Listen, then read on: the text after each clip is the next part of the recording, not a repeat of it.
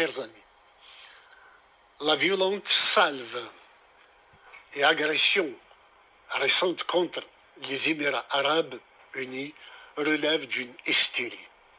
Traiter ce pays de douaïla, mot qui n'existe pas en français et que j'ose traduire par étaton, c'est-à-dire un mini-État, est en soi un cas de casus belli, une déclaration de guerre. En quoi les Émirats ont-ils porté atteinte à l'Algérie en offrant ces plateaux de Sky News à un dignitaire et un défenseur?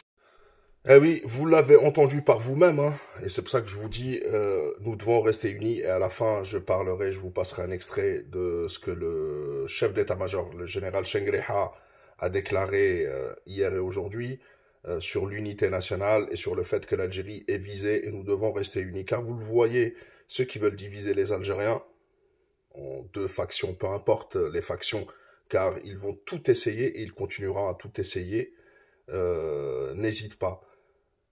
Comme vous le voyez, à New York, à l'ONU, Farhat Mani, avec des dignitaires émiratis, et qui défend lui-même les Émirats arabes unis, qui ont reçu et qui ont poussé donc Belrit à la faute en réalité. Et on voit bien l'attitude néfaste des Émirats arabes unis. Il faut que vous compreniez que les Émirats sont là pour la destruction de beaucoup de pays. On en a parlé tout à l'heure, le Soudan, qui vient de rompre ses relations et de déclarer les Émirats comme État ennemi, le Mali, la Libye et d'autres pays. Et l'Algérie est visée aussi.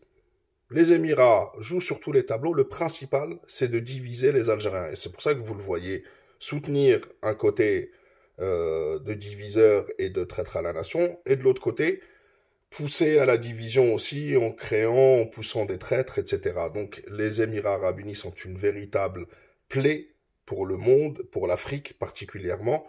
Et la réponse à cela, c'est de rester unis et tout le monde.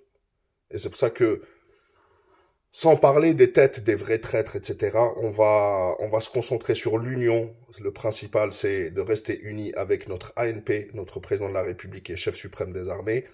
Et notre ANP, il faut suivre l'ANP. Et d'ailleurs, Saïd Chengreha l'a dit lui-même aujourd'hui, lors d'une déclaration, l'Algérie est visée, Moustahdafa. Je vous laisse avec un petit extrait de son discours. Et on en reparlera, Inch'Allah, probablement ce soir lors d'un live. La patrie ou la mort, nous vaincrons.